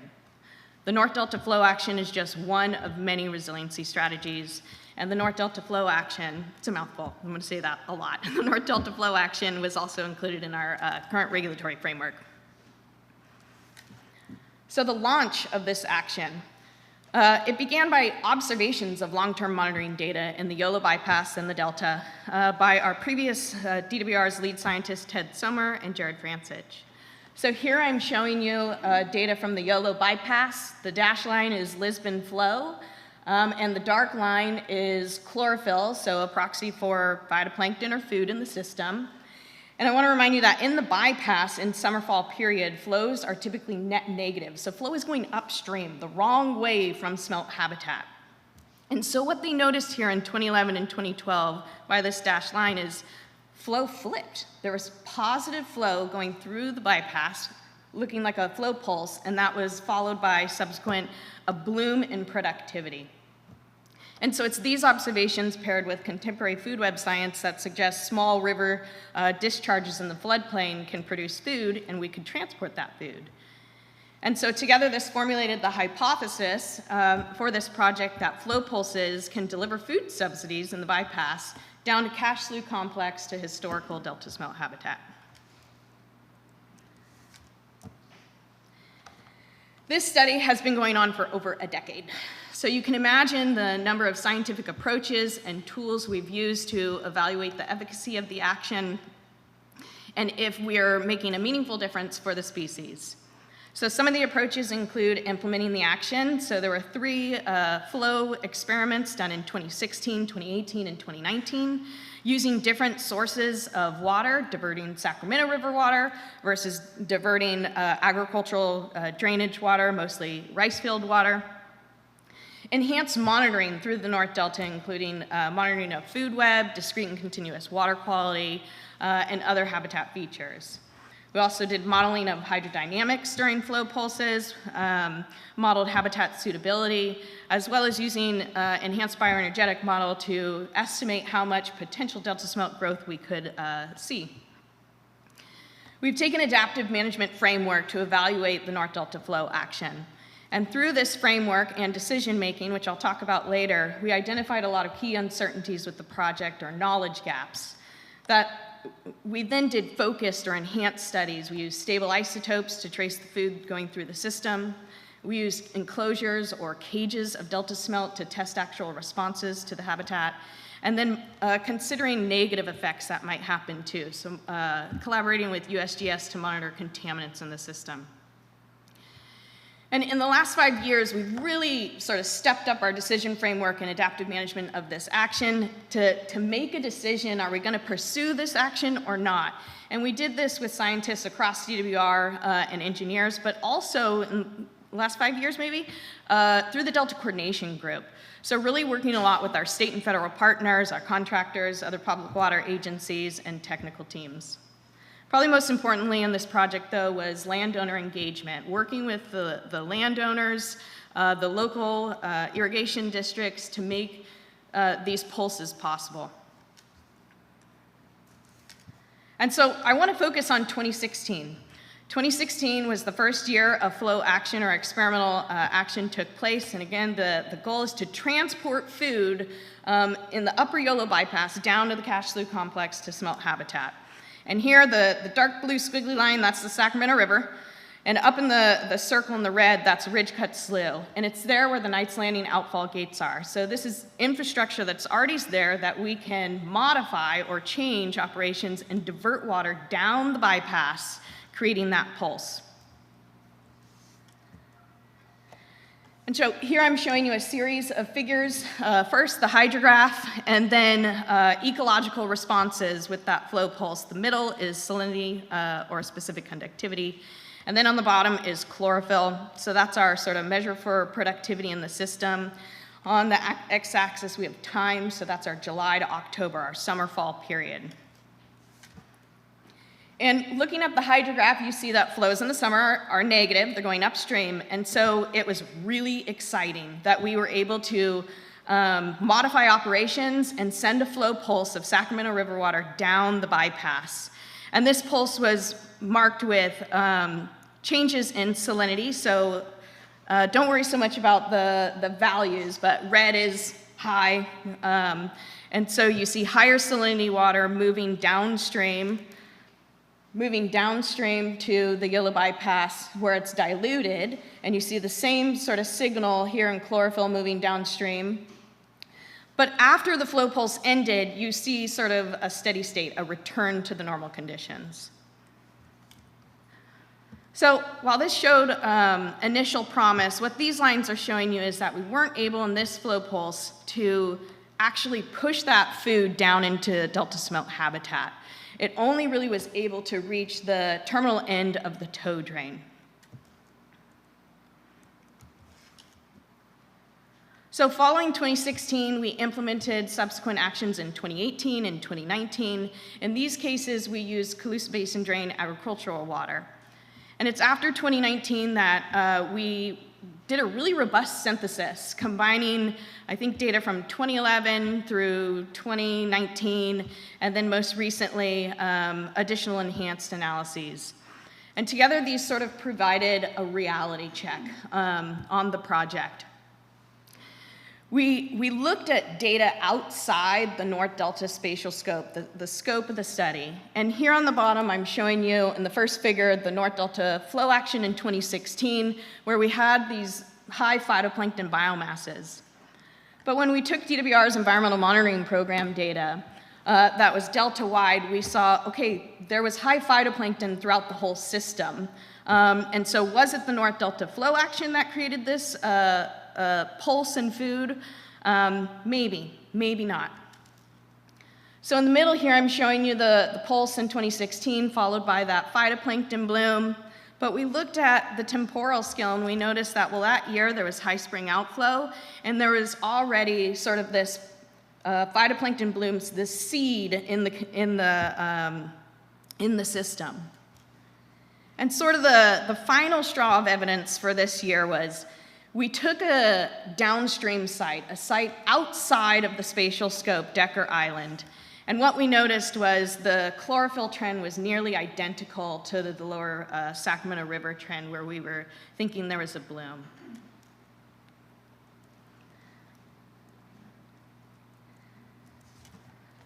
So I think we were still successful. We changed operations, we were able to create positive flow in the system, we moved food, but we only moved food to the lower bypass. And what I'm showing you here is a heat map. And unfortunately, where we were able to move food, about 50% of the time, it's just too hot for delta smelt. So in addition to looking at sort of the benefits and the intended ecological responses, we also have to consider negative effects of flow pulses. Here in the bottom, I'm showing you dissolved oxygen concentrations, and that red shaded region is thresholds for salmonids should they be migrating in the system. And what you see is in 2016 and 2018, during the action, we're creating somewhat hypoxic conditions that do recover but could be of concern. In the middle here, I'm showing you water pesticide concentrations. Focus on that red circle, that gray region is the flow pulse period, and you can see that pesticide concentrations are increasing and we're mobilizing contaminants in the system with this pulse. At the same time as our monitoring of contaminants, there was an adjacent study taking water from the different sites of the estuary and exposing delta smelt to those waters. And what you see here is the tow drain water in the bypass and the cache slough complex. These smelt had elevated liver lesions. So the North Delta Flow Action, we've really sort of fostered this adaptive management model where we had an idea, we made observations, we're trying to solve a problem, we created a plan, we've implemented pulse actions, monitored non-pulse years, we're adapting through a decision framework, we're working with our collaborators. And through that adaptive management process, we underwent a structured decision-making process where we developed sort of a multi-year framework for evaluating the efficacy of the North Delta Flow Action. And this was all done through our Delta Coordination Group with our state, federal contract partners. So through this group, we determined key objectives that we were interested in, such as ultimately delta smelt growth and survival. And I can't highlight, I keep forgetting that. So here on the first column in this panel on the top are our objectives. Obviously food, biomass of zooplankton, habitat suitability, but we also wanted to quantify, it was important to us, potential negative effects. So contaminant effects on zooplankton, contaminant effects on delta smelt, resources and effects to other species. And then we used our monitoring data and special study data to quantify the effect of different alternatives of North Delta. So I mentioned different alternatives include water source. So are you using diverting Sacramento River water? Are you using Colusa Basin drain water? How are you implementing the pulse? Are you just creating a huge magnitude pulse and shooting it down the system quickly in a month? Maybe you actually do lower flows across a longer period to increase residency time and grow food. And so then we use these great tools to evaluate the trade-offs between benefits and costs. The other great thing about structured decision-making is its transparency, and it allows different agencies with varied interests to provide weights and somewhat their risk tolerance of different alternatives. And so that's what I'm highlighting here in the bottom figure is the different agency weights across the alternatives. And so key decisions that were made for the North Delta Flow Action. In 22 and 23, the Delta Coordination Group decided we're not going to pursue the agricultural return actions anymore due to contaminant concerns and potential effects to other species. we're only going to do Sacramento River actions. But we'd only done one Sac River action, and so we had some knowledge gaps for 2016 and in summer if habitat was even suitable. So this created the decision to do the focus studies, the stable isotope studies, the cage studies, additional contaminants.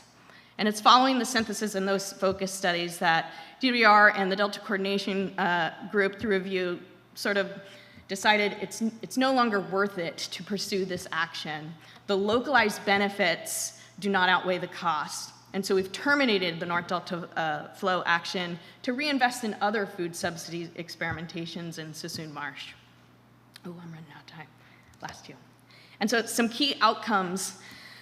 We did see positive effects of the flow actions, but they're minimal, and they were limited spatially. Flow actions, they do have the potential for these adverse effects. These pulses could not remedy, at least in the summertime, the thermal stress in the North Delta. And so we've decided to sunset the action. And so the legacy, while we've terminated this action, I think there are some big lessons. It illustrates how science monitoring and adaptive management together can shape decision-making intended for species conservation. The willingness to invest together. The 2016 action, I call it the 911 action, it was an emergency Delta smelt action where diverse stakeholders, state and feds, came together within a matter of like 2 months and made this summer pulse happen. They invested in science and adaptive management together. It provides a real-world adaptive management model guided by science and enhancing multi-agency decision frameworks. And then I'll just leave you with these key takeaways about how important long-term data is, the continued investment in monitoring and modeling, decision framework with your collaborators. It really enhances transparency and understanding where everyone's at. And flow actions are complex. And I'm over, but I'm done. So I just want to put this up real quick and acknowledge all the folks involved.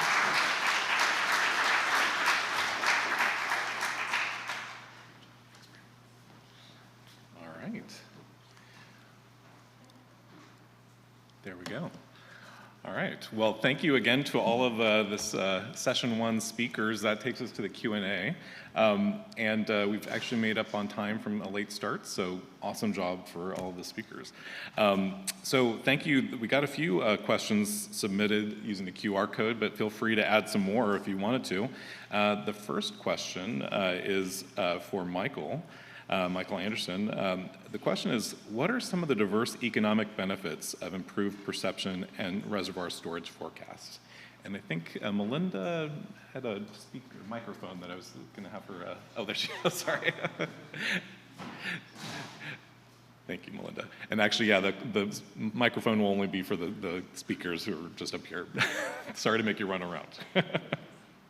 So yeah, just one more time, Michael, the question was, what are some of the diverse economic benefits of improved precipitation and reservoir storage forecast?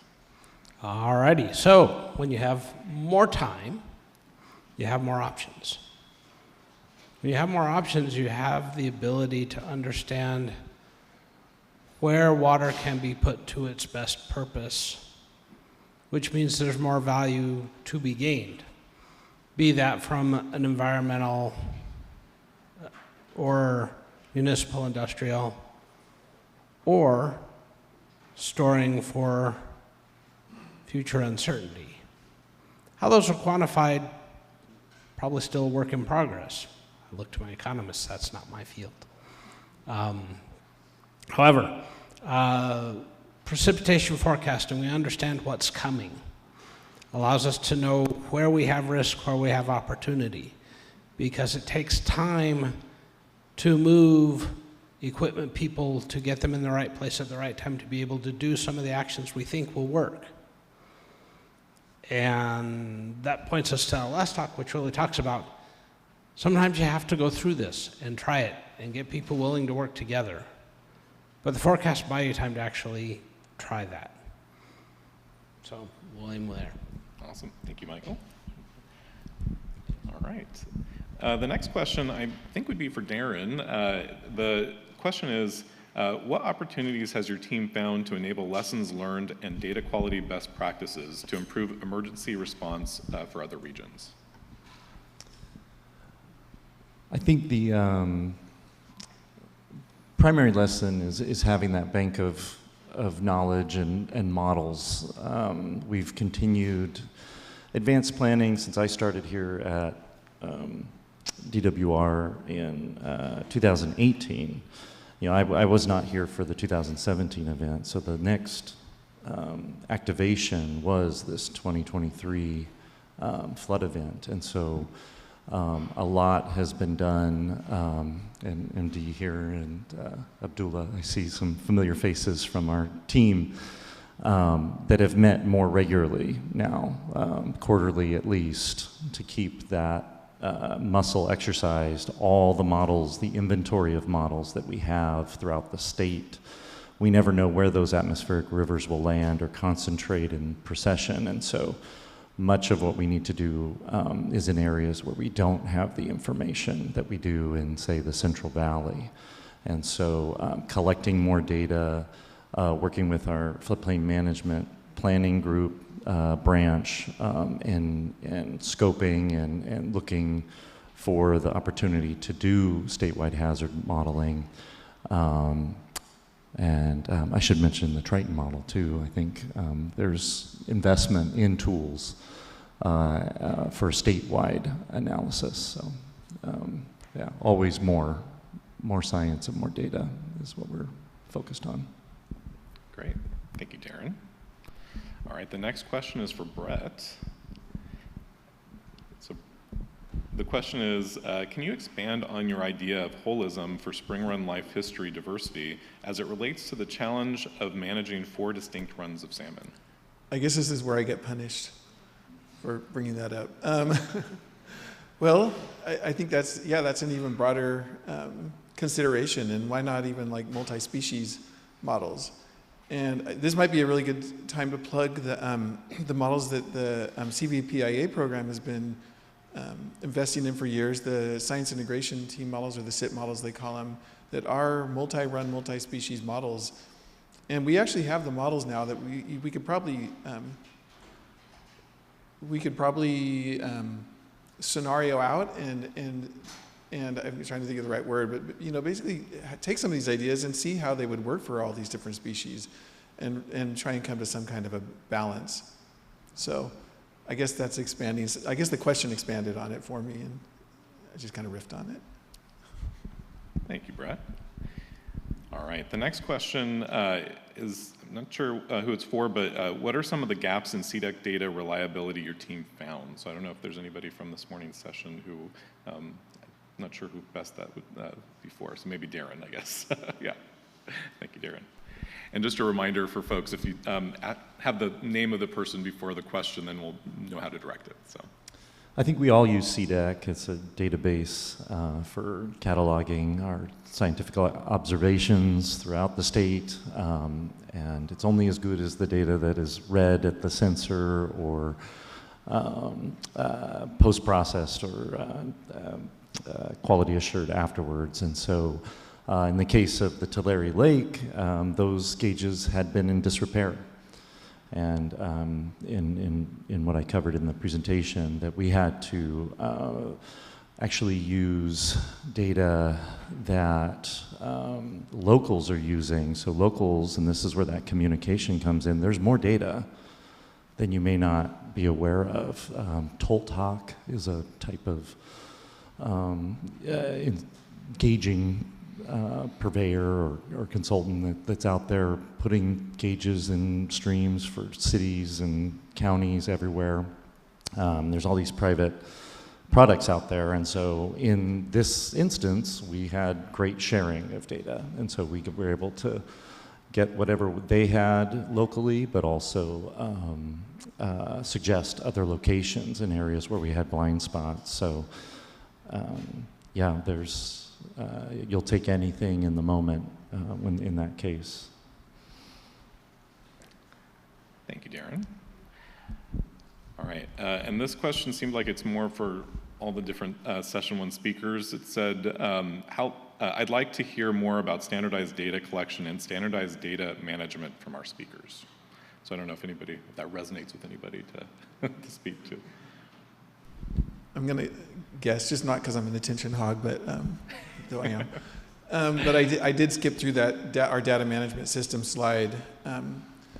But it's pretty challenging. I'll just speak to fisheries science. It's really challenging to come up with data across multiple programs and agencies that's compatible and immediately compatible, particularly when you need to feed that information into a model in near real time.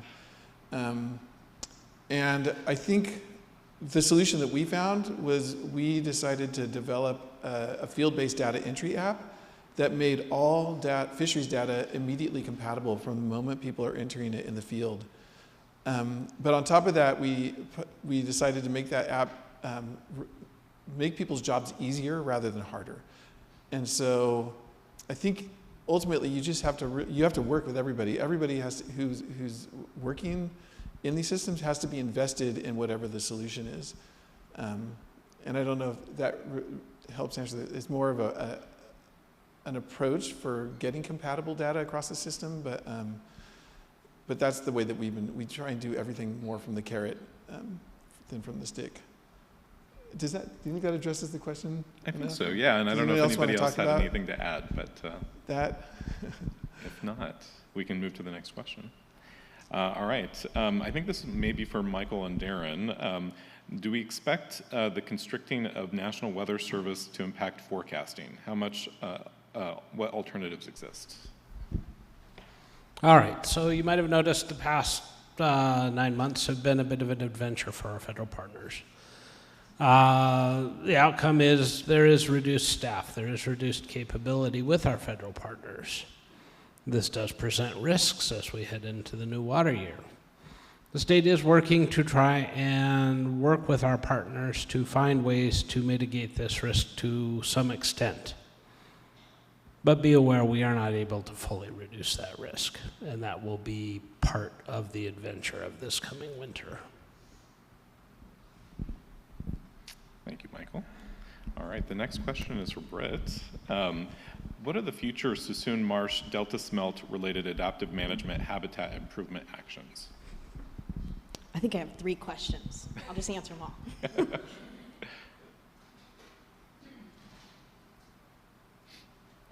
Okay, is this one from you, Jared? Okay, so the nod to what we're doing now, and I should have said the North Delta Food Action or Flow Action is one action under the summer-fall habitat sort of umbrella that have Suisun Marsh Salinity Control Gate operations, which are conveying fresh water into the marsh.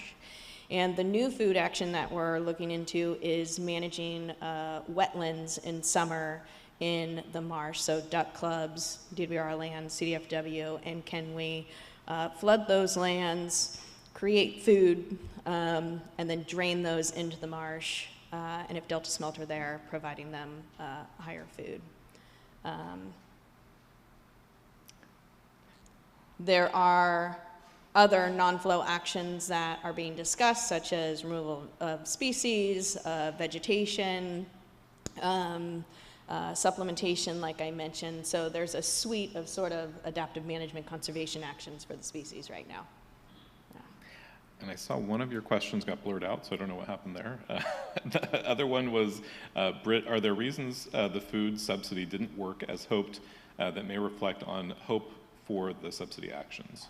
Yeah, and I'm always sensitive about it didn't work, right? Because we just stopped trying. You know, we could have kept going with a bigger pulse, a longer period, but the unintended consequences, and are you willing to take that risk for that minimal benefit and the suitable habitat that may or may not be there? So it's something to revisit. So that's my sensitivity around, you know, it didn't work. But other issues, upstream, there are, the wastewater treatment plants are fueling the system upstream with nutrients, and those nutrients are being diluted as they're coming down really quickly. In addition to predators grazing down the food that might be produced. And so you're just diluting that signal as you're going down. And so when I'm thinking about managed wetlands, and Rosie Hartman's here, she's going to be leading this, so ping her for this, but I think about any food we're producing, grazing clams in the area, other effects, predators, those sort of same themes and struggles in the North Delta might also be struggles in the marsh. But we'll see. We've got some planned experimental actions that we're hoping to do next year. I think there's one more. Do you want me to do it? Oh, nope, two more. Too many. No worries. Yeah, we'll skip to the next one. Thank you, Britt. Yeah. The next question's for you, Jim. So how does the current capacity of Firo-Mar diversions compare to the five-fold increase in flood magnitude under future climate scenarios? Like a lot of the vulnerabilities that we saw in our studies, you can't eliminate the vulnerability, but you can have significant effect. In fact, we're currently doing, with Central Valley Flood Protection Plan, we're doing flood, HEC-RAS, thanks for whoever mentioned that earlier, hydraulics analysis for the whole system to see what's the cumulative effect on flooding for the whole San Joaquin. And we're seeing some impressive results. You can imagine if you forecast to inform each of those reservoirs that drain to the San Joaquin, that you can get a pretty good reduction by the time you get to Stockton, for example. All right. Thank you, Jim. And I think we'll have time for one more question. It'll be for Darren. So, Darren, would being part of the Central Valley Flood Protection Plan help the South San Joaquin be better prepared for flood? So yeah, well, that's entirely up to the board and the locals and their interest in participating in that. I believe that the Central Valley Flood Protection Plan has greatly helped the San Joaquin and Sacramento flood systems to have that regular cadence of study and analysis, as well as to explore the options that Jim just described. You know, how can these more coordinated scenarios help the problems that they're having? And so absolutely, in the case of the study and the resources that go into the planning process every 5 years. All right. Thank you, Darren. Well, yeah, thank you to all of the morning speakers. Did a great job in especially getting us back on track for the timing, so thank you very much for that. Let's give the morning speakers another round of applause.